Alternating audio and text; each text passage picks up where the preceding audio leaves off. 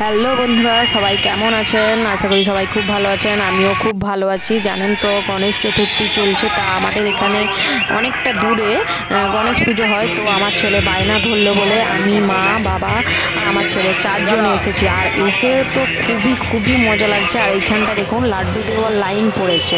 গণেশ পুজো মানে তো লাড্ডু দিচ্ছে প্রসাদ। আর গণেশ ঠাকুরটা দেখুন কত বড়, আর খুব খুব সুন্দর করে সাজিয়েছেও ঝাড়বাতি দিয়ে। দেখুন প্যান্ডেলটা খুব খুব সুন্দর করেছে।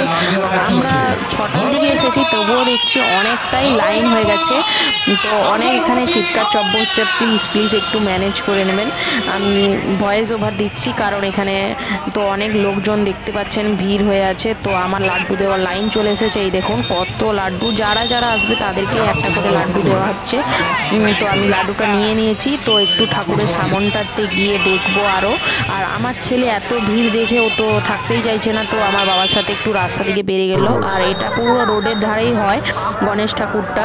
আর দেখুন 20 টাকার মালা দিয়ে পুরো গণেশ ঠাকুরটাকে সাজানো হয়েছে। আর একটি রূপোর মালাও গণেশ ঠাকুর পরে আছে। তো আসল রূপও নাকি আমি তো বলতে পারবো না, কিন্তু খুব খুব অপূর্ব সুন্দর লাগছে। আমি প্রথমেই এখানে এসেছি কারণ অত আসা হয় না। তো আপনাদের যদি ভিডিওটি ভালো লেগে থাকে প্লিজ একটা লাইক, কমেন্ট, শেয়ার করে প্লিজ পাশে থাকবেন। তো আমাদের ঠাকুর দেখা হয়ে গেছে, এবারে বাড়ির পথে রওনা দেব।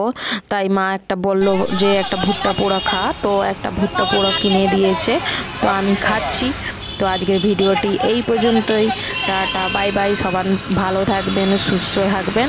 আর প্লিজ প্লিজ চ্যানেলটিকে ফলো করে পাশে থাকবেন। আর ইউটিউবে দেখলে প্লিজ চ্যানেলটি